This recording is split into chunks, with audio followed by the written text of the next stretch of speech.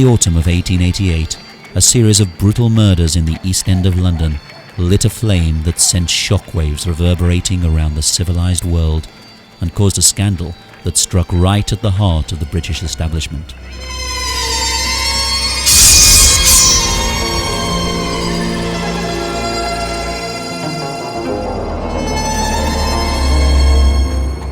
London in 1888 was the world's largest capital city.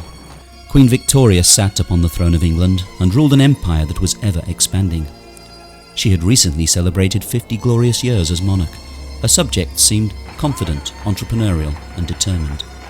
The City of London, the financial boiler room that powered the empire and its expansion, reflected the supreme confidence of the age.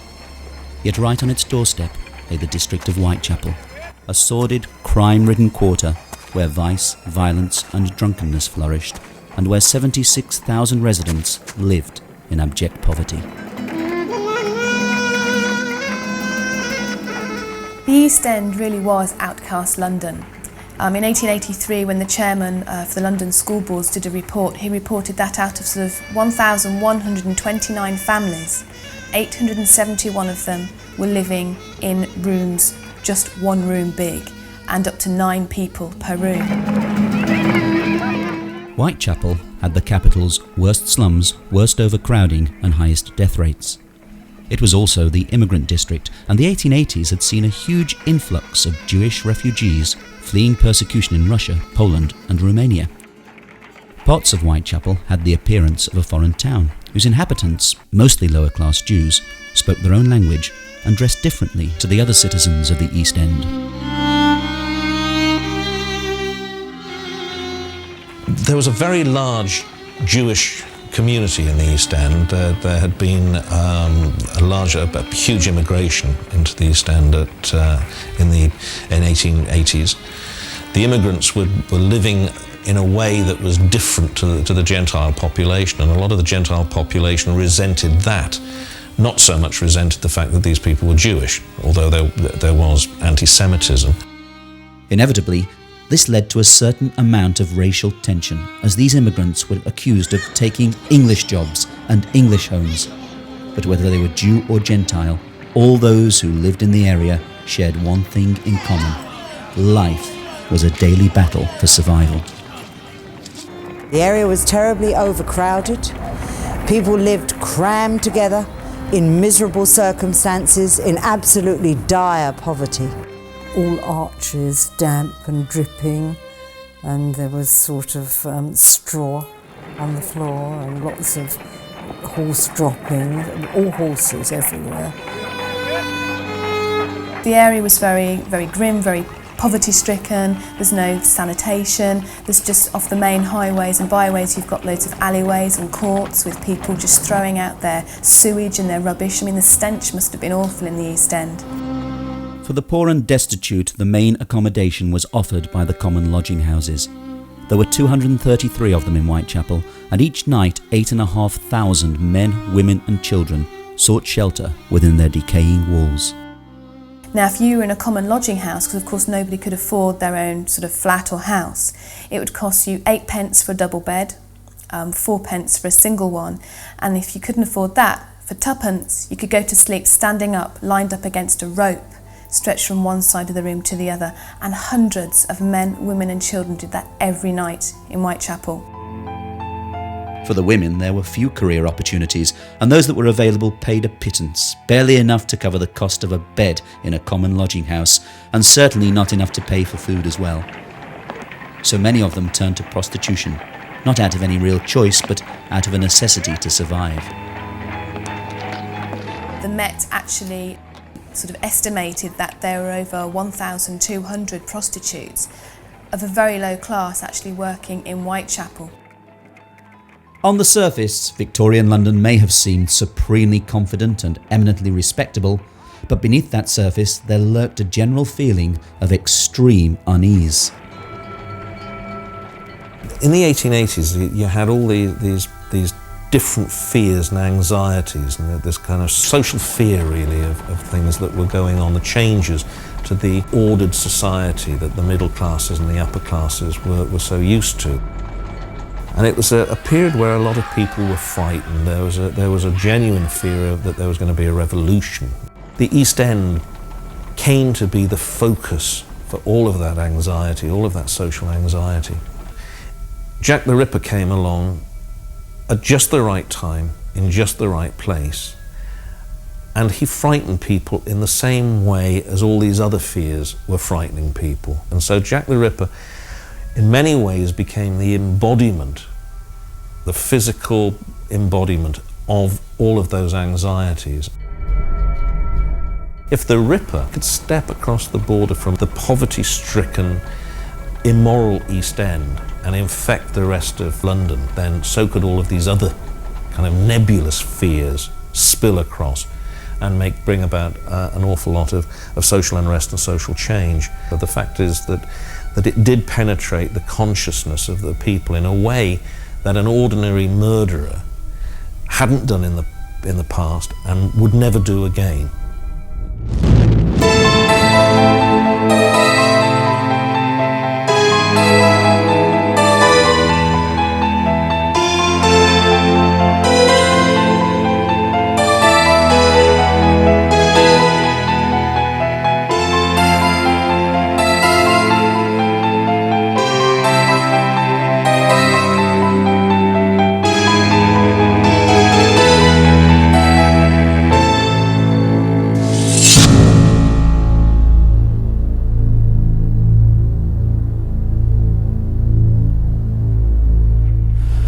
At around 3:40 a.m. on August 31st, 1888, a carter named Charles Cross was walking along Bucks Row here in Whitechapel when, in a gateway that used to stand here, he saw what he took to be a bundle lying on the ground. Thinking it was a tarpaulin that might prove useful, he went over to inspect it, but stopped in his tracks when he saw it was a woman lying there. Moments later, he heard footsteps behind him, and turning, saw another carter, Robert Paul, approaching. Nervously, the two men approached the silent form and stooped down over the body. Charles Cross felt the woman's hands. They were quite cold. Robert Paul, meanwhile, was leaning over, trying to see if he could detect any sign of breath. He couldn't. But when he touched the chest, he fancied it moved slightly. "I think she's breathing," he told his companion, "but very little, if she is." Paul wanted to sit the woman up, but Charles Cross didn't want to touch the body any further. So they thought they'd wasted enough time at the scene, so they pulled her skirts down to cover her decency and went on their way, agreeing to tell the first policeman they met of their find. But what neither man had noticed in the darkness was that the woman's throat had been cut so savagely that her head had almost been severed from her body. That discovery was made by PC John Neal as he walked his beat along Bucks Row shortly after Cross and Paul had left the scene. It was he who raised the alarm and sent for local medic Dr. Llewellyn, who, having carried out a cursory examination of the body, gave orders for its removal to the mortuary. Here the night held a further shock, for when Inspector Spratling arrived to take down a description of the deceased, he discovered something that had so far eluded everyone. Beneath her blood-stained clothing, a deep gash ran along her abdomen. She had been disemboweled. Jack the Ripper's reign of terror had begun. The woman's name was Mary or Polly Ann Nichols, a 43-year-old prostitute who had earlier been ejected from a nearby lodging house because she didn't have the fourpence to pay for a bed. "I'll soon get my DOS money," she had confidently predicted. "See what a jolly bonnet I've got." That bonnet now lay trampled in a Whitechapel gutter. Polly had her throat cut from left to right back to the spinal column. She had several incisions on her body. She was ripped up to the breastbone, but no organs were removed that we know of from Polly. Since the murder had taken place on the eastern fringe of Whitechapel, responsibility for its investigation fell to the officers of the Metropolitan Police's J Division. However, there had already been 2 previous murders that year in the very heart of Whitechapel, and they were being investigated by detectives of H Division, headed by Inspector Edmund Reed. Officially, there were only 5 Jack the Ripper victims, although there were 2 other murders that happened before that of Polly Nichols, which most history books considered the first Jack the Ripper murder, The murders of Emma Elizabeth Smith in April 1888 and that of Martha Tabram or Turner in August 1888 are considered by some people to have been the early sort of works of Jack the Ripper.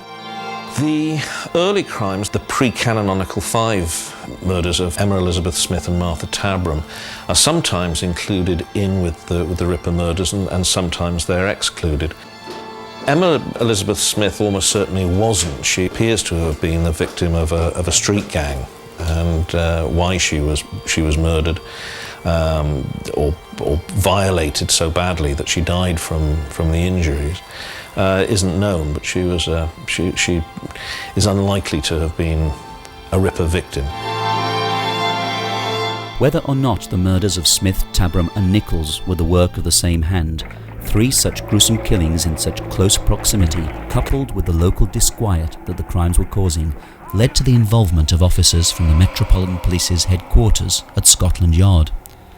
Their commissioner was Sir Charles Warren, an ex-military man who in the coming weeks would find his competence questioned in the newspapers on an almost daily basis.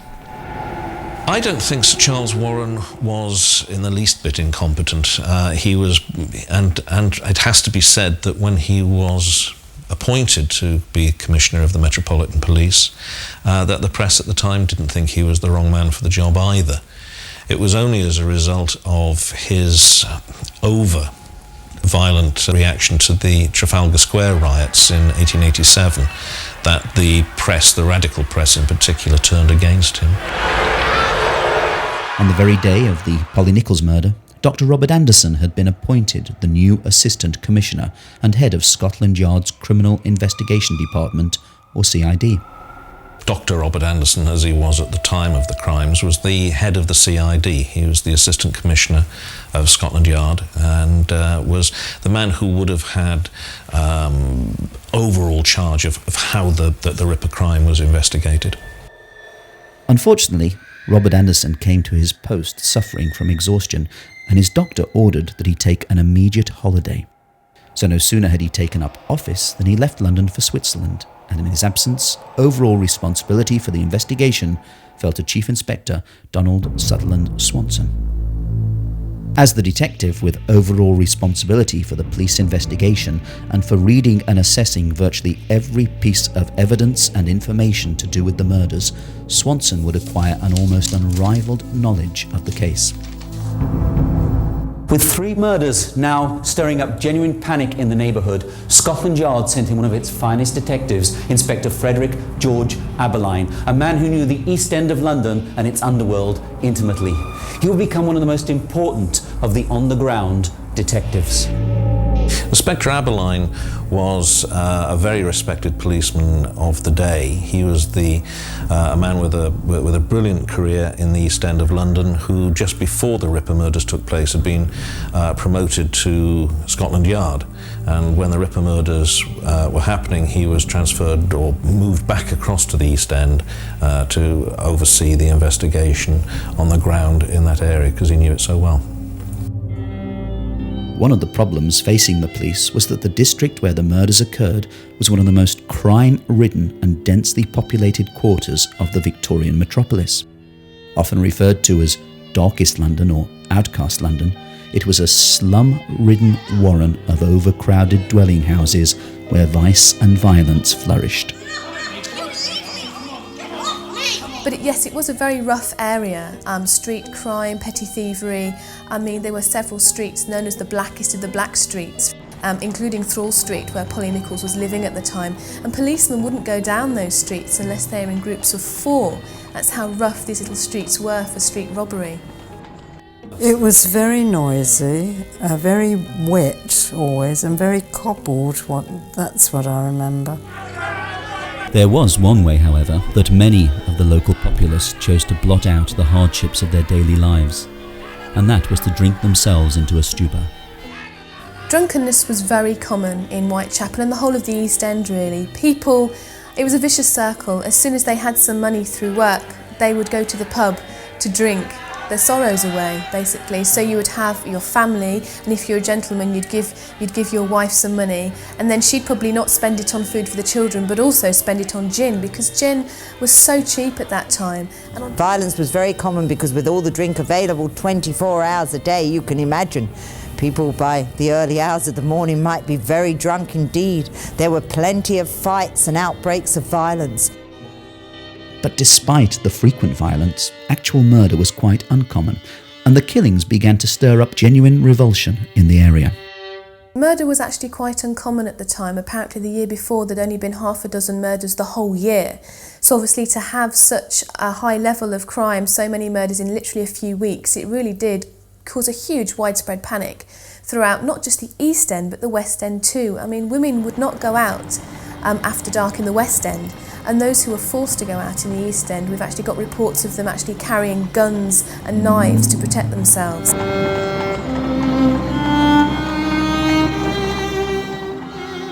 On the streets of Whitechapel, Reed and Abeline were in a desperate race against time to catch the killer before he struck again.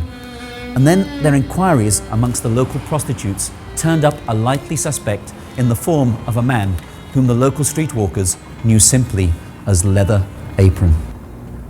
Leather Apron was the name that was given to a man that the local prostitutes spoke about and claimed that he would try to extort money from them with threats of violence, and also had a knife.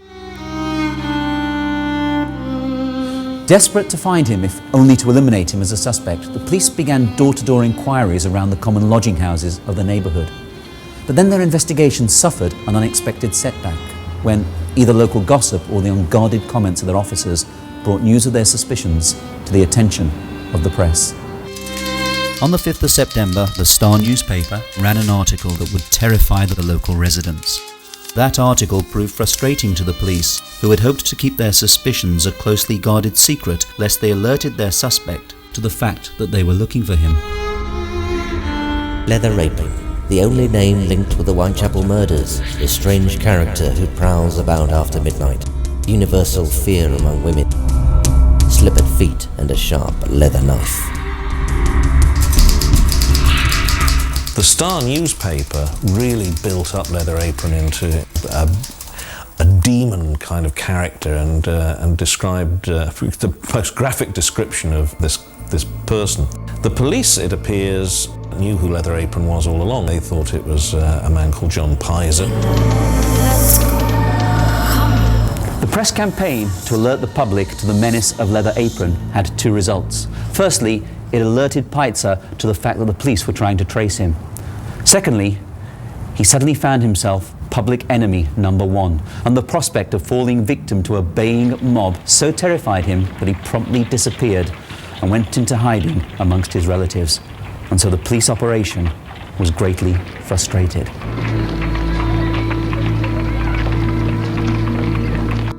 The police reacted by adopting an arm's-length approach to journalists who, stung by this evident lack of trust, began grubbing around for any morsels of information that they could find. They shadowed detectives in the hope of discovering the identities of their witnesses. They attempted to loosen the tongues of police constables with drink or bribes. Some even resorted to an almost comical approach to the news gathering, hoping to gain a sensational scoop for their newspapers. One particular case which is interesting, there was a journalist who dressed up as a woman and was walking around the East End hoping that he might be approached by Jack the Ripper. But so many policemen were out in disguise that a bobby on the beat went up to him and said, "Here, are you one of us?" And he explained that he was a journalist out there and was promptly taken to the police station and detained for 2 hours and had to justify why he was wandering the streets dressed as a woman. The Leather Apron scare, however, had another more sinister effect on the area. The leather apron was the standard garment worn by a wide range of Jewish tradesmen, and egged on by lurid press speculation, signs of racial unrest began to surface in the neighbourhood. On the 7th of September, a journalist on the East London Advertiser sat down to pen his article for the next morning's edition. Referring to the murder of Mary Nichols, he wrote, The murderer must creep out from somewhere. He must patrol the streets in search of his victims. Doubtless he is out night by night, and unless a watch of the strictest order be kept, the murder of Thursday will certainly be followed by a fourth. And in the early hours of that same morning, after the journalist had written his chilling prediction, but before the newspaper had actually hit the streets, the Whitechapel murderer struck again.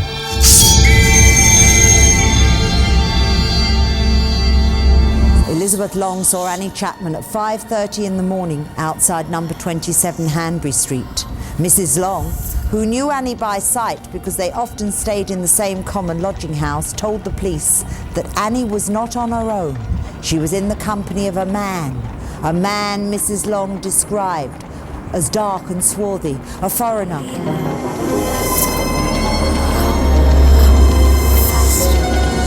A little before 6 a.m. on the 8th of September 1888, John Davis, an elderly resident at number 29 Hanbury Street, came downstairs, walked along the narrow passageway and opened the back door. The sight that he saw shook him to his bones. Moments later, two workmen walking along Hanbury Street were suddenly startled when the door of number 29 burst open and a wild-eyed old man stumbled into the street. "Men," he cried, "come here." Nervously, they followed him down the passageway, and looking into the backyard, they saw the body of Annie Chapman lying between the steps and the fence. Annie Chapman's throat was cut in two places, sort of two sections of cutting. She'd been ripped up to the breastbone.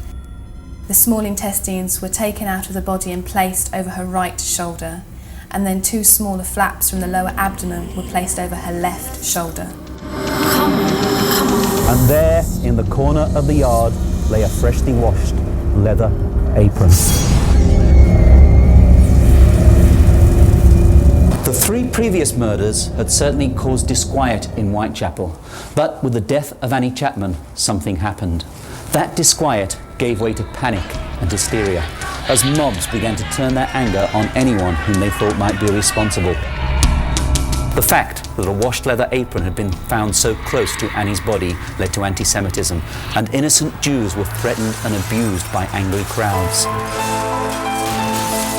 It soon transpired that the leather apron found at the scene of the murder belonged to one of the residents of number 29 Hanbury Street and was not in any way connected to the murder or the murderer.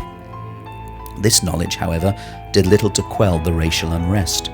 As one newspaper reported, a touch would fire the whole district in the mood in which it is in now. It was a widely held belief in the area that the authorities cared little for the fates of those who lived hereabouts. The inadequacy of local policing had long been a bone of contention, and the fact that the Home Office point-blank refused to sanction a reward for information that might lead to the killer's identity rankled with the local residents. The foreman of the jurors at the inquest into Annie Chapman's death even went so far as to express the view that the murders of both Chapman and Nichols might easily have been prevented had the government offered a reward in the wake of Martha Tabram's killing. The government itself did not offer a reward. The Prime Minister and the Home Secretary were against offering rewards. This had been a policy that had been introduced by an earlier Home Secretary, so they were merely following a standard practice. Anxious to assist the police investigation, several local residents began their own private endeavours and formed vigilance committees in the hope of bringing the killer to justice. The vigilance committees are an important part of the Jack the Ripper case. They did have certain beats and they had their own patrols, but the most important of all of the vigilance committees was that run by the president, George Lusk, and the sort of Mile End committee formed on the 10th of September 1888. Now that was very organised. These were, although a lot of the members were unemployed, a lot of them were local people, local men, they were organised, but they not only patrolled the streets on beats, as I said, with a police whistle, a stick and galoshes on the regular beats. They also did lots of other things like physically writing to people to try and get things changed. They wrote to the government, to the Queen, to the Home Office. So they weren't just sort of groups of mobs on the streets. On the 10th of September, Sergeant William Thick went round to number 22 Mulberry Street and arrested John Pizer. there is little doubt that the police were convinced that Pizer was the man known as Leather Apron, and so as Sergeant Thick escorted him into Leman Street Police Station, feeling must have been running high that the Whitechapel murderer had been caught. But under interrogation, Pizer was able to provide cast iron alibis for the nights of the two most recent murders, and the police quickly ruled him out as a suspect. He even appeared at Annie Chapman's inquest, where he was given the opportunity to publicly clear his name. It was at that inquest that Dr. George Bagster Phillips, the police surgeon who had examined Annie Chapman's body as it lay in the backyard of number 29 Hanbury Street, raised the chilling possibility. The fact that her killer had removed her womb, he stated, suggested that the reason for her murder may well have been to obtain that particular part of her anatomy. Furthermore, the speed with which he did it and the skill displayed hinted that he may well have possessed some anatomical knowledge. The question of medical knowledge or surgical skill, we have to make the distinction between anatomical knowledge, meaning knowing where the organs are and where to find them, and surgical skill, which is the ability to actually extract them. The question is difficult to answer. Some of the doctors at the time thought that he had both. Some thought that he had the anatomical knowledge, the kind of knowledge that a horse slaughterer or a butcher or somebody like that would have had, but not necessarily a surgical skill. Another doctor said that it would have taken him, in those circumstances, a lot longer to have committed the mutilations, and so therefore there was surgical skill exhibited. Other people said no surgical skills, no anatomical knowledge, just did what he did, and it was lucky that he found whatever it was that he found. With the police apparently unable to catch the murderer, rumours began to circulate about his identity and motives. Was he a butcher, a slaughterman, a doctor, a medical student, or even a sailor on one of the ships in the nearby port of London? Was he seeking revenge for some imagined or real injury he had suffered at the hands of a prostitute? Was he a member of some heathen sect carrying out a barbaric ritual? Was he simply seeking notoriety? Or was he on a moral crusade to clear the streets of Whitechapel of the sin of prostitution? I wouldn't have thought that Jack the Ripper was necessarily targeting prostitutes at all. He may have been, we have no idea, but we don't know who Jack the Ripper was, so we have no real idea of what his motives would have been.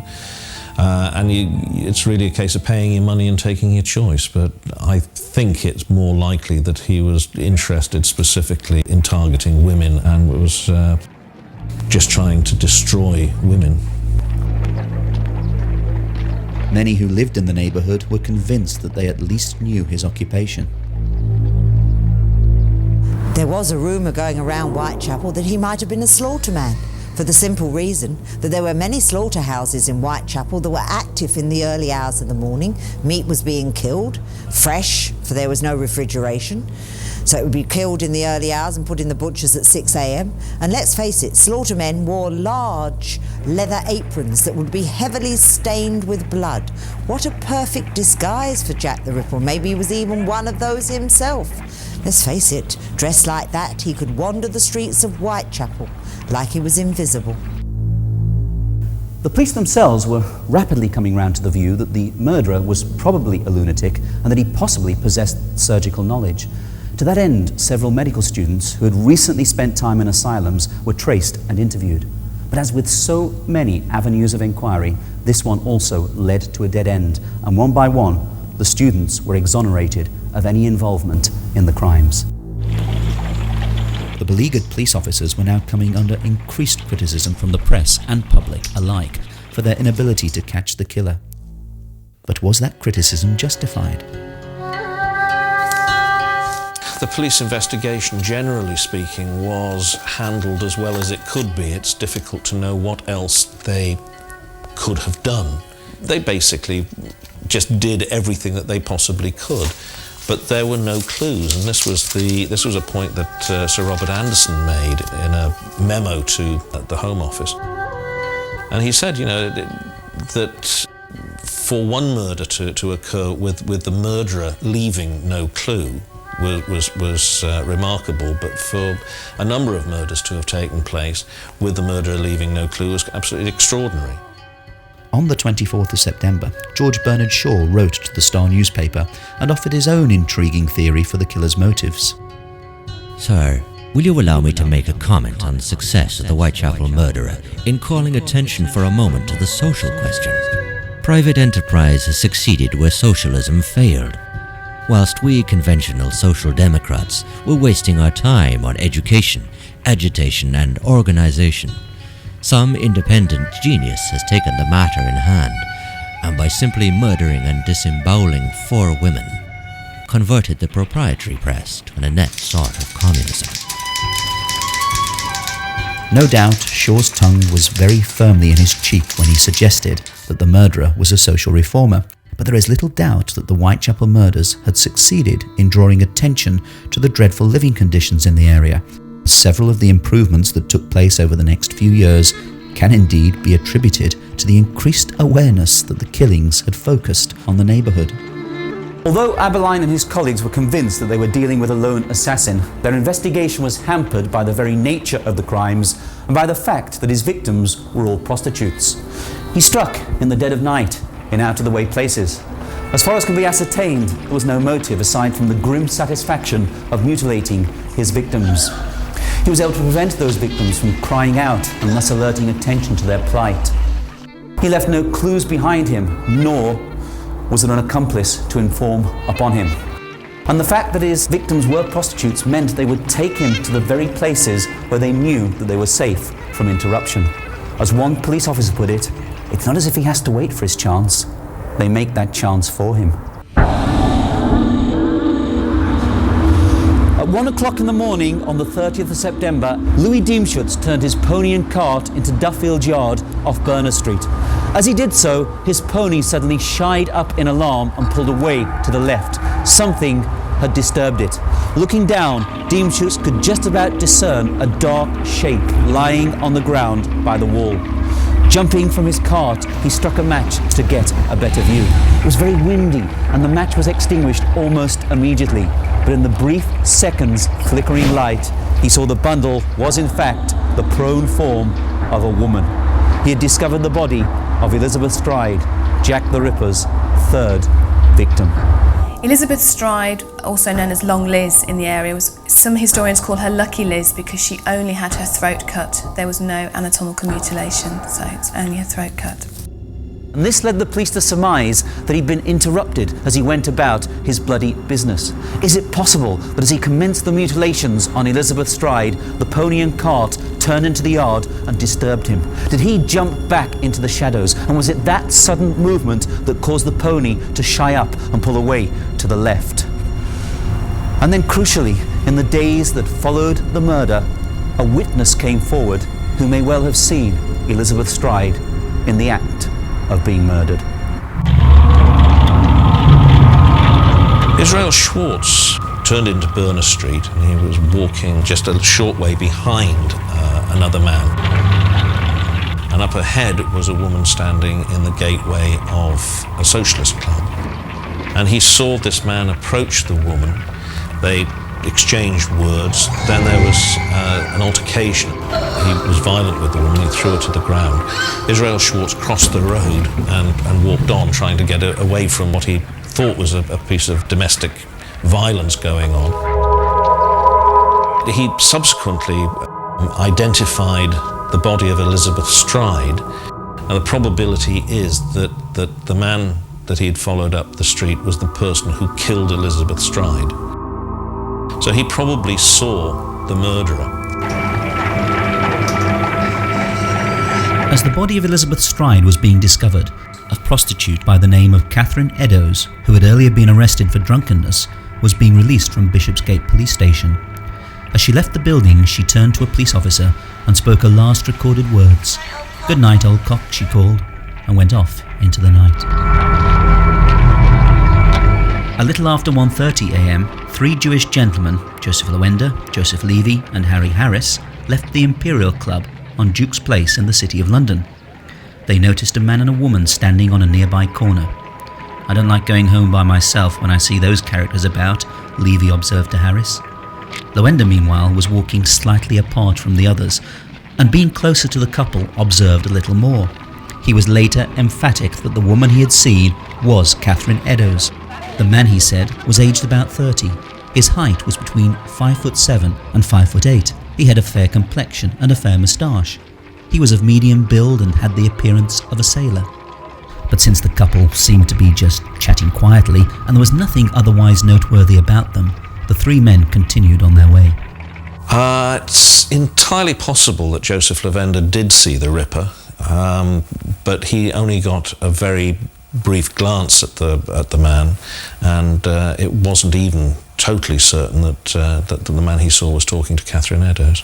At 1:45 in the morning, PC Watkins of the City Police walked his beat here into Mitre Square. The only noise he heard was the sound of his own footsteps. He'd walked this way 15 minutes previous and found the square to be quite deserted. Little now seemed to have changed as he shone his lantern into the square's dark recesses. But when the beam fell upon the spot in the square's south corner, it illuminated a horrific sight: the mutilated body of Catherine Eddowes. The injuries that Catherine sustained were really horrific in Mitre Square. She had her throat cut from left to right back to the spinal column. The murderer then ripped her up to the breastbone, disemboweled her, took away her kidney. He then placed her intestines over the shoulder. But not only that, to her body he actually disemboweled her, of course, which happened to most of the victims, but it was her facial injuries which were sort of really notorious, because he cut off the section of her nose, he partially severed her ear, he slashed her face continuously, and then also had V-shaped triangular flaps underneath her eyes, just there. In Mitre Square, the murderer had crossed the boundary and struck in the City of London, the financial square mile. And this meant that another police force now became officially involved in the investigation. The Ripper crimes were investigated chiefly by two forces, and that's the City of London Police, which is responsible for the square mile, the business heart of the capital, and then the Metropolitan Police, which is referred to as Scotland Yard generally, but is the Metropolitan Police which has responsibility for the rest of London.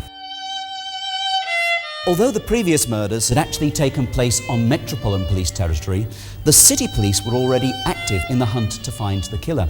Major Henry Smith, the acting City Police Commissioner, had given instructions that extra plainclothes detectives were to patrol the city's eastern fringes where it bordered with the East End of London. And at the exact moment when Catherine Eddowes was being murdered in Mitre Square, 3 city detectives were searching passageways just a few streets away. And yet the killer had succeeded in striking right under their noses and had then melted away into the night. But in fairness to the police of both forces, the murderer was greatly aided by the layout of the area. In early September, Inspector Henry Moore of the Metropolitan Police's H Division had given an interview to an American journalist and had explained how the murderer's apparently miraculous escapes from the scenes of his crimes were in fact greatly assisted by the Warren-like complexity of the Whitechapel streets and alleyways. My men formed a circle around the spot where one of the murderers took place, guarding. They thought every entrance and approach, and within a few minutes they found 50 people inside the lines. They had come in through 2 passageways which my men could not find, and then these people never locked their doors, and the murderer has only to lift the latch at the nearest house and walk out through it and out the back way. But with the trail from Mitre Square apparently still fresh, the City Police set off in pursuit of the killer. And this night we know exactly which direction he went in, because on this night the Whitechapel Murderer left behind a clue. At 2:55 in the morning, PC Alfred Long turned into Goulston Street, and in a doorway of Wentworth dwellings he found a clue. A piece of blood-stained apron. It had been taken from Catherine Eddowes' body. The murderer had used it to wipe the blood from his hands and from the blade of his knife. It is a clue because it answers a vital question concerning the killer's appearance as he fled the scenes of his crimes. The common thought is that the Ripper would have gone from the crimes covered in blood, but in fact it's possible that he probably wasn't covered in blood at all. He certainly, once he had sliced the victim's throat, we know from the rather repellent blood splashes and splatterings that were all over the place that the blood would have emptied from the victim, and once the heart stops beating, then the amount of blood that is going to spurt out when you start doing the mutilation would have been relatively small. So he would have had blood on his hands and possibly on some part of his clothing. Whether it would have shown up in the dark, and he could have used gloves, may have worn an overcoat which he either took off before committing the crimes or which was open and which he could have buttoned up afterwards. Indeed, the apron tells us just how much blood he did have upon his person, for as he made his way through the streets, he was wiping away the evidence, and by the time he reached the doorway, his hands and knife were evidently clear of any incriminating stains, and thus he was able to discard the apron. But the doorway contained something else, for scrawled in chalk on its wall was a message which read, "The Jews are the men that will not be blamed for nothing." Jews were spelt Juwes, which has been the cause of endless speculation in the conspiracy theories about Jack the Ripper. But whether or not the murderer actually chalked those words on the wall is completely unknown. There are some statements that say that they look blurred as if they had been there for a while. Other statements say that had they been there for any length of time, they would have been rubbed off by people going in and out of the building. Soon, the city police had also arrived on the scene, and instructions were given to photograph the graffiti. The Metropolitan Police, however, were becoming uneasy. The anti-Semitic unrest that had followed Annie Chapman's murder was still fresh in their minds, and they genuinely feared the consequences that might result when the East End awoke to news of 2 further murders. As dawn began to break, the Metropolitan Police became anxious to erase the message. A city policeman suggested that only the top line, "The Jews are," be erased. But this was Metropolitan Police territory, and when Sir Charles Warren arrived on the scene, he was in no mood for compromise. At 5:30 a.m, in what would prove a highly controversial move, he ordered that the writing be rubbed out before any photograph of it could be taken. He elected to have the words rubbed out, chiefly because he didn't think that there was any way that they would be able to mask those words from the general public, who would soon be thronging that area for the famous Petticoat Lane market. And so he felt that the reference to the Jews, the Juwes, would be incite anti-Jewish reaction in the streets, and he wanted to avoid that, so he had the words erased.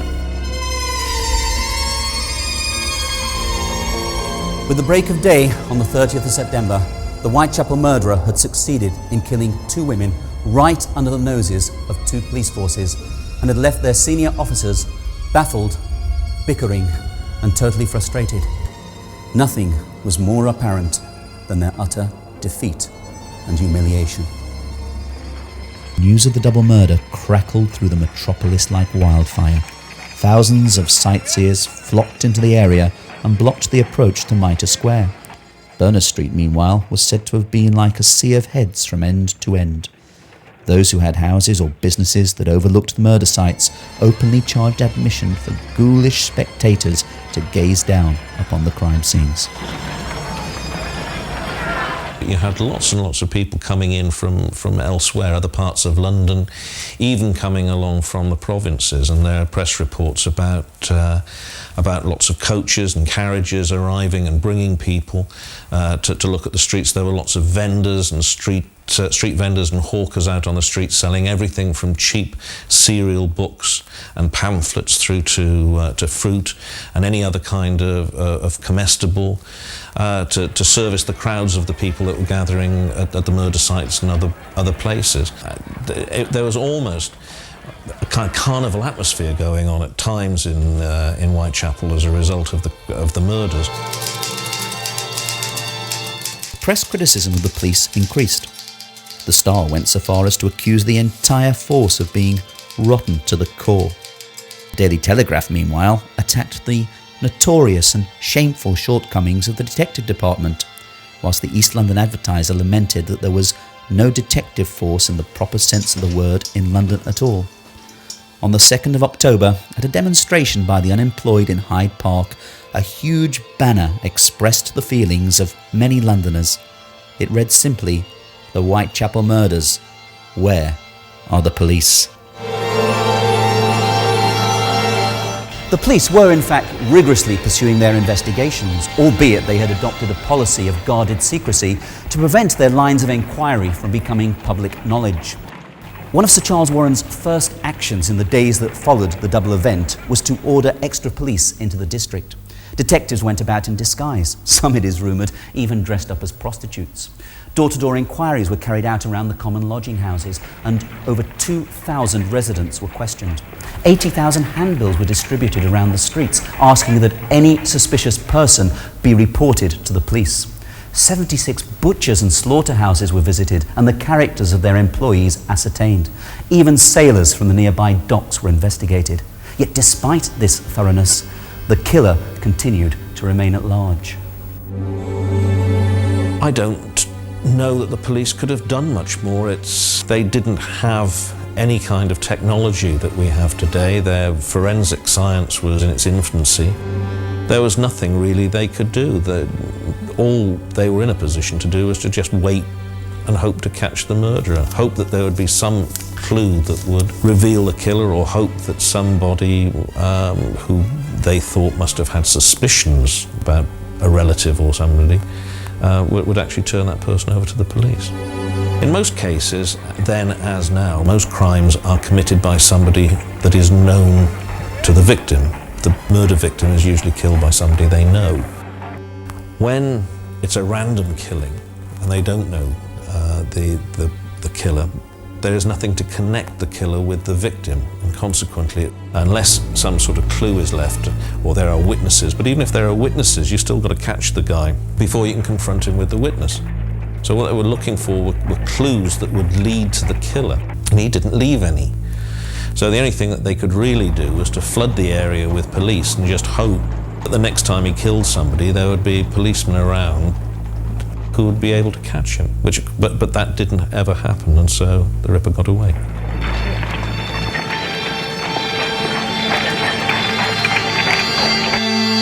Although October would pass with no further murders, historically speaking, the days that followed the double event saw one of the most important developments of the entire saga, because it was during this period that the Whitechapel Murderer was given a name.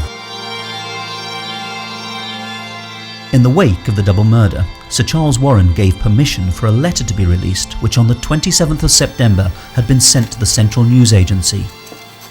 Written in red ink and addressed to the boss, it boasted in mocking terms, Dear boss, I keep on hearing the police have caught me, but they won't fix me just yet.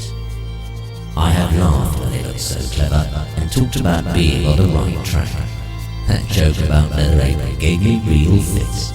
I am down on whores, and I shan't quit ripping till I do get buckled. Grand word the last job was. I gave the lady no time to squeal. How can I catch me now? Chillingly, the letter was signed Jack the Ripper. The police obviously thought the Dear Boss letter did come from the murderer, because they reproduced it on huge bill posters and plastered those all around London, so they obviously thought it was genuine. A lot of people actually today, historians-wise, believe what the later police officials believed, that it was actually written by an enterprising journalist. The Dear Boss letter almost certainly wasn't from Jack the Ripper. It's highly unlikely that the murderer involved himself in the Ripper investigation, or injected himself into the Ripper investigation in that way at all. The release of the Jack the Ripper letters proved to be a disastrous mistake. The resultant publicity did nothing to unmask the killer, nor for that matter, the letter's author. What it did do, however, was inspire imitations, and the police found themselves swamped by a wave of bogus Jack the Ripper correspondence. All this had to be read, assessed, and wherever possible, followed up. Thus the resources and time of the already overstretched detectives was wasted.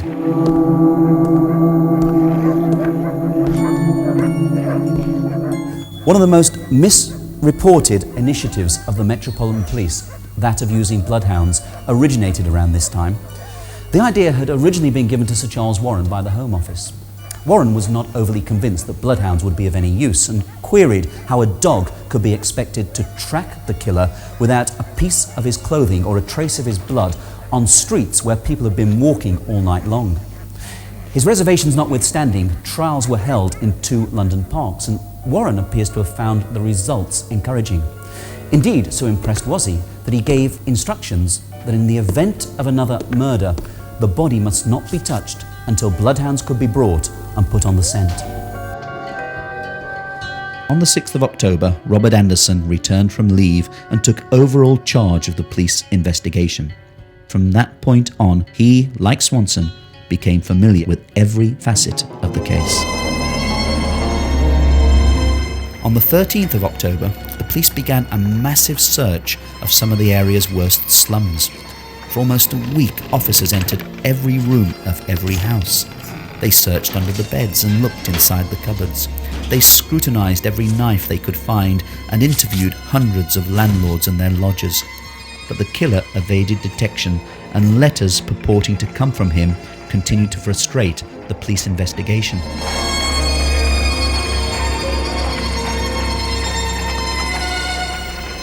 Of all the correspondence sent in the wake of the original Jack the Ripper missive, one letter has been the subject of intense debate ever since. On the 16th of October, Mr. George Lusk, president of the Mile End Vigilance Committee, received a small cardboard box in the Evening Mail.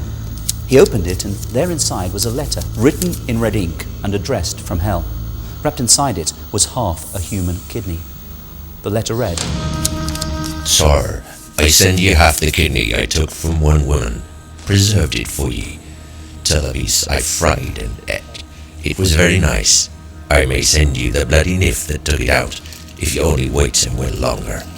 Signed, catch me when you can, Mr. Lusk. Convinced it was a practical joke, Mr. Lusk placed the box and the kidney in a drawer. But it played on his mind, and a few days later he showed it to the other members of the Vigilance Committee. They decided to take the kidney to a local medic, and it was handed over to the city police, in whose jurisdiction Catherine Eddowes had been murdered. To this day, there is considerable debate as to whether or not this letter did come from the murderer. The evidence just simply isn't sufficient. We have statements by Major Smith, who was the acting assistant commissioner of the city police at the time, who presented the kidney to the leading kidney expert of the day, Gowan Sutton, and believed that it was from Eddowes. But generally speaking, the evidence would suggest that it wasn't. The amount of factual information that we've got there is not sufficient to draw any hard and fast conclusions, although the general opinion is that it wasn't.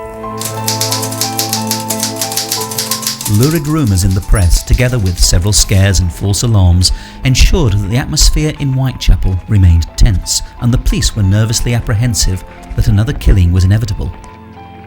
Large bodies of plainclothes policemen were therefore drafted into the district from other parts of London, and these, together with the detectives already on the ground, were so numerous that in the more deserted thoroughfares, almost every man met with was a police officer. October passed with no further murders, and by early November, the area as a whole had breathed a huge sigh of relief as it seemed that the nightmare had ended.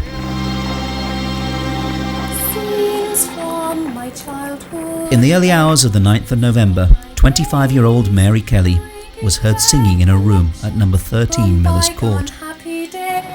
A little before 2 a.m, a casual labourer named George Hutchinson met her on Commercial Street.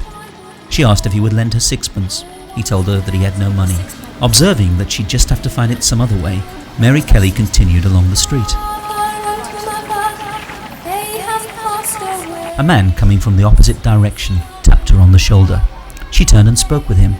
They started laughing, and Mary Kelly took the man by the arm and led him back along Commercial Street, walking straight past Hutchinson. He later recalled how the man stared at him in a sinister fashion. Mary Kelly led the man along Dorset Street and into Miller's Court. Hutchinson waited outside for 45 minutes, but when nothing happened, he left the scene.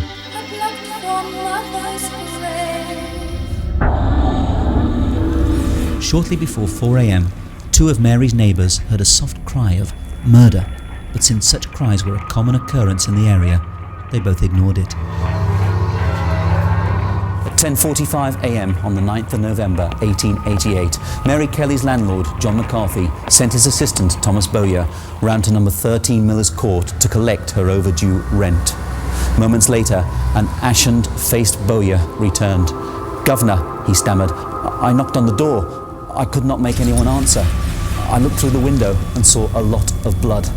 The 2 men hurried back to Miller's Court, where, looking through the broken window, John McCarthy gazed upon an horrific sight. The bedside table was covered with what appeared to be lumps of human flesh, and there, on the bed, barely recognisable as human, lay the mutilated body of Mary Kelly. Soon, Inspectors Walter Dew and Walter Begg had arrived at the scene, and by 11:30 a.m, Inspector Aberline had joined them. But amazingly, it would be another 2 hours before any of them entered Mary Kelly's room. There was a delay between Mary Kelly's body being discovered by Thomas Bowyer, who had gone there to collect the rent, and the police actually entering the room, because somebody mistakenly believed that bloodhounds were going to be brought to the scene. And in fact they weren't, but they didn't know that. And it was only when a senior officer came along and said that there were going to be no bloodhounds that the police finally forced the door and entered the room. They couldn't actually get into the room because for some reason they thought the murderer must have had the key and locked the door. So in fact, when the people actually got into the room, they actually had to knock it down with an axe. They had to use a pickaxe to get into the room.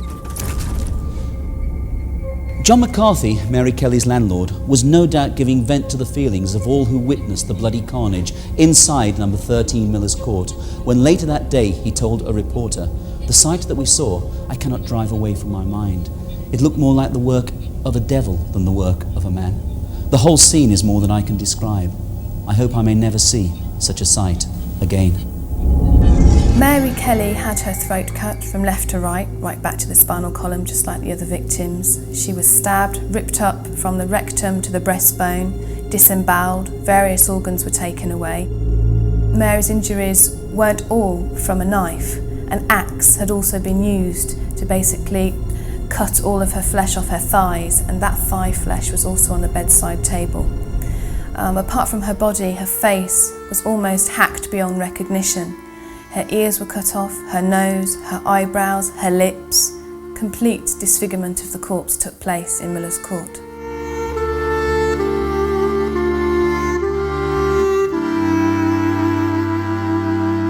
The day, however, held a further surprise for the beleaguered detectives, for as they went about their by now familiar routine of searching for clues and suspects, word arrived that their commissioner, Sir Charles Warren, had resigned. Sir Charles Warren had tendered his resignation several times over his term of office, and had resigned sometime before the last murder.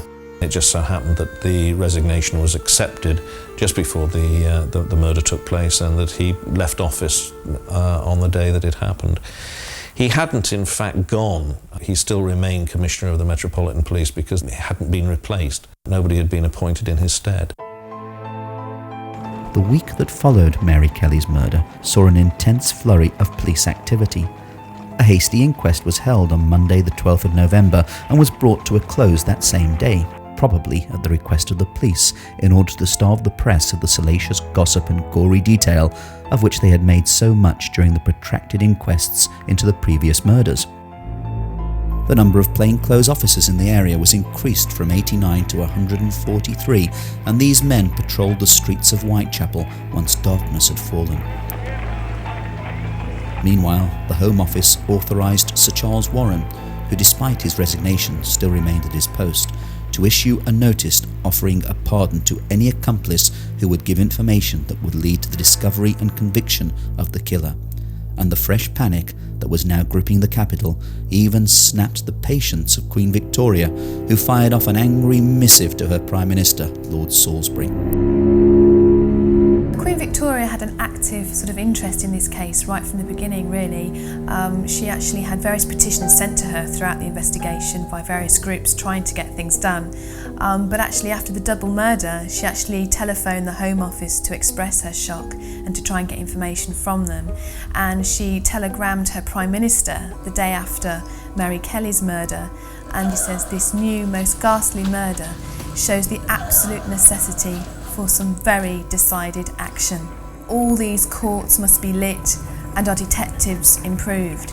So she obviously really had a passion for this case to try and stop these murders from happening and to try and catch the perpetrator. At noon on Monday the 19th of November, the bell at St Leonard's Church in Shoreditch began to toll a morning knell as a coffin of elm and oak was carried out of the gates in front of a crowd some several thousand strong. Men and women alike could barely control their emotions as the funeral procession set off for St Patrick's Roman Catholic Cemetery in Leighton. It was with great difficulty that the police forced a path for the cortege, as onlookers jostled to touch the coffin and read its simple brass plate, Marie Jeanette Kelly, died 9th of November 1888, aged 25 years.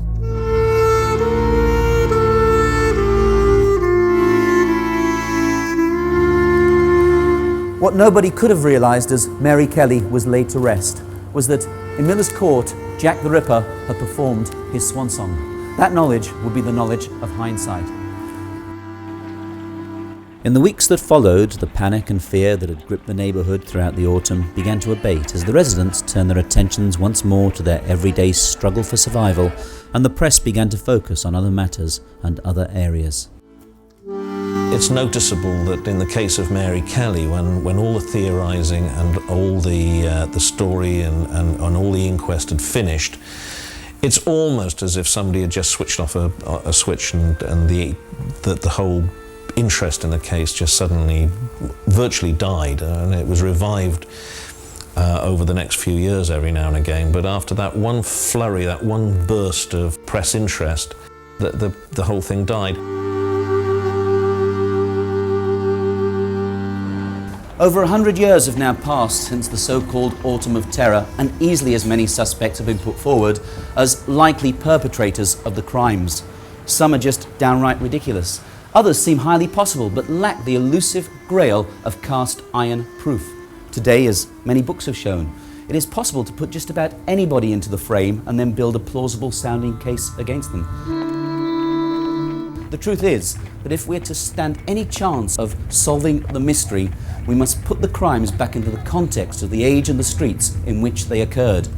Then, and only then, do you stand any chance of solving what is without doubt the world's greatest whodunit. And one of the first problems to face the budding ripperologist is exactly how many of the Whitechapel murders were at the hands of Jack the Ripper.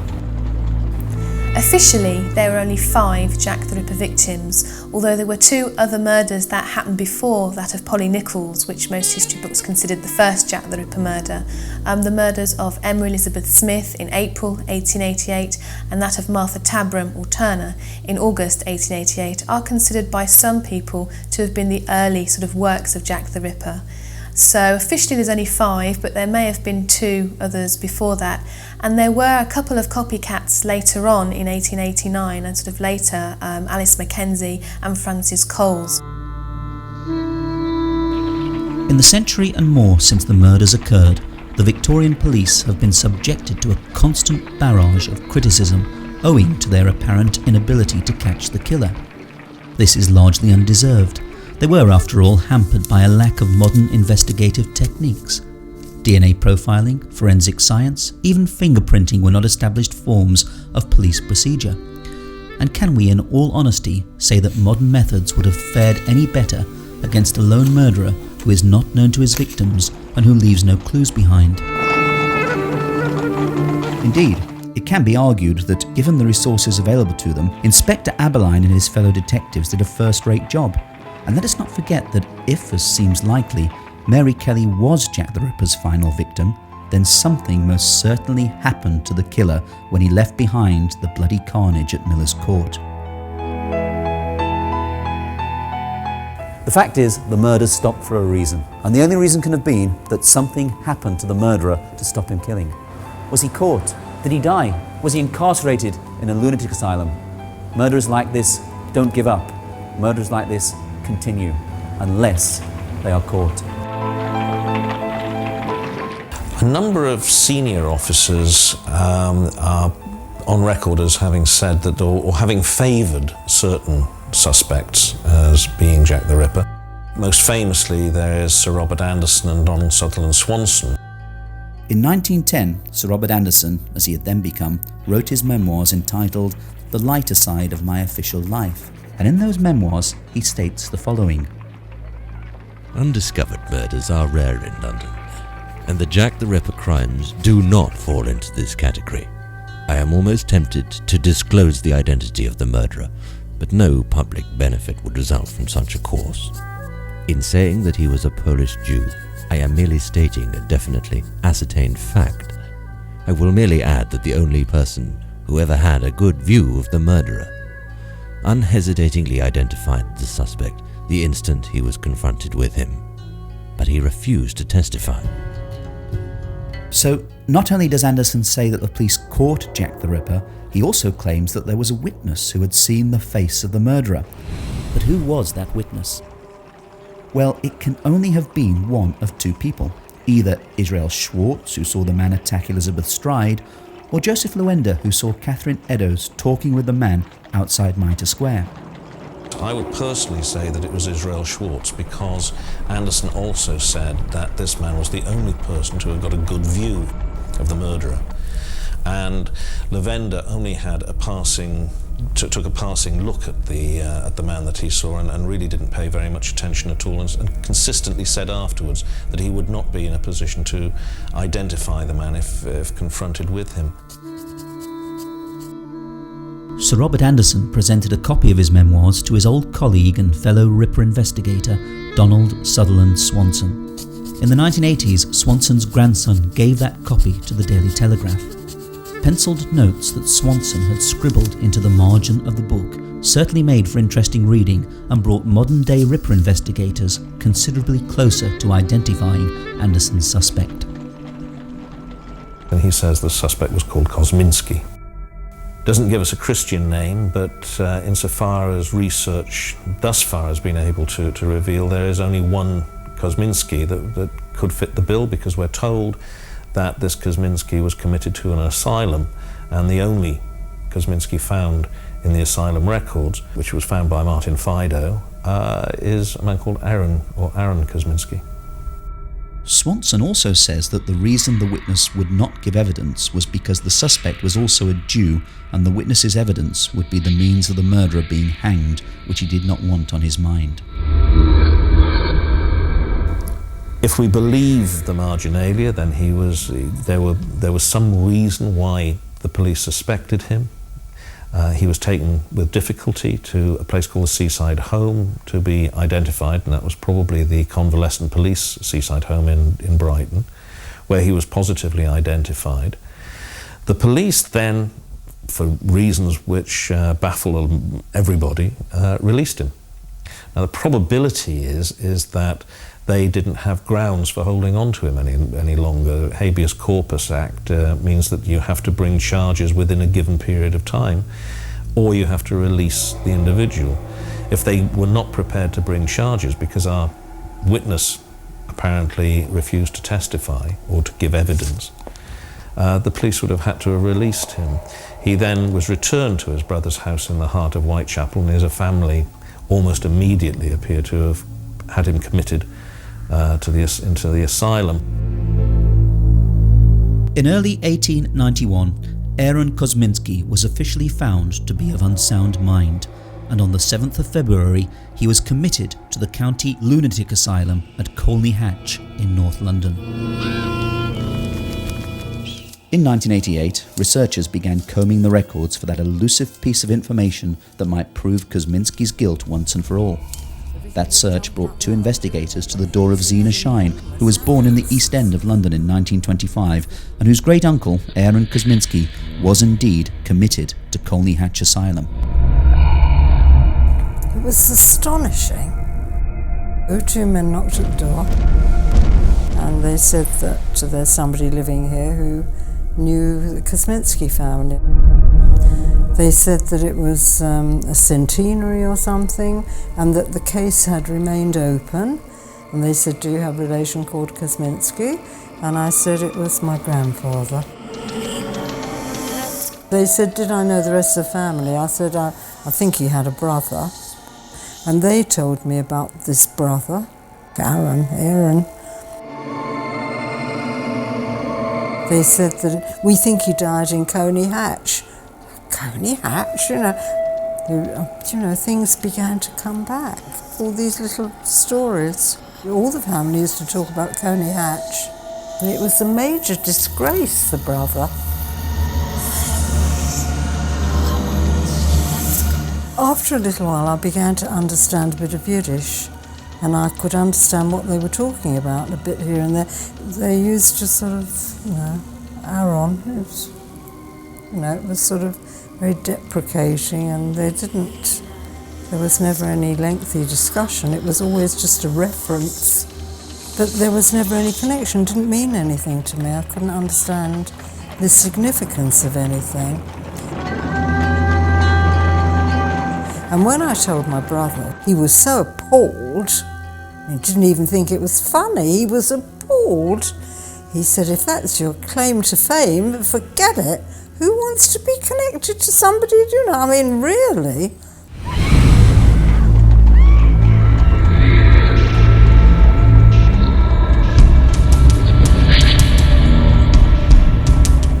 And so we find ourselves today in the position of probably knowing more about the major suspect than the majority of the detectives at the time knew. Yet that final piece of the jigsaw eludes us. If we could only uncover the evidence on which Anderson and Swanson based their suspicions, it might be possible for us to complete the puzzle and solve the mystery of Jack the Ripper once and for all. Unfortunately, many of the papers relating to the Jack the Ripper investigation have either been destroyed or else have disappeared from the official files, and without them it is impossible to establish the guilt of one particular suspect above all others.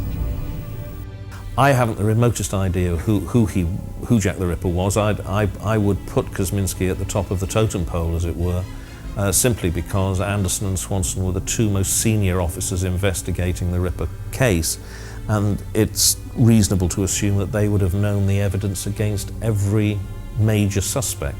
And if they thought that the evidence against Kosminski was better than the evidence against any of the others, Kosminski would be the probable leading contender for the mantle of being Jack the Ripper. One thing, however, is certain. The legend of Jack the Ripper refuses to die, and interest in him increases with every year that passes. And with so many dedicated researchers still on his trail, the day may yet come when Jack the Ripper is finally brought to book. Until then, he will remain much what he has been for over 100 years. An elusive nightmare that haunts our imaginations, where he is able to instill feelings of fear and fascination in equal measure. But his story also provides a window through which we can gaze back onto a bygone age when a lone figure stalking the streets of London really did succeed in shaking the British establishment to its very core.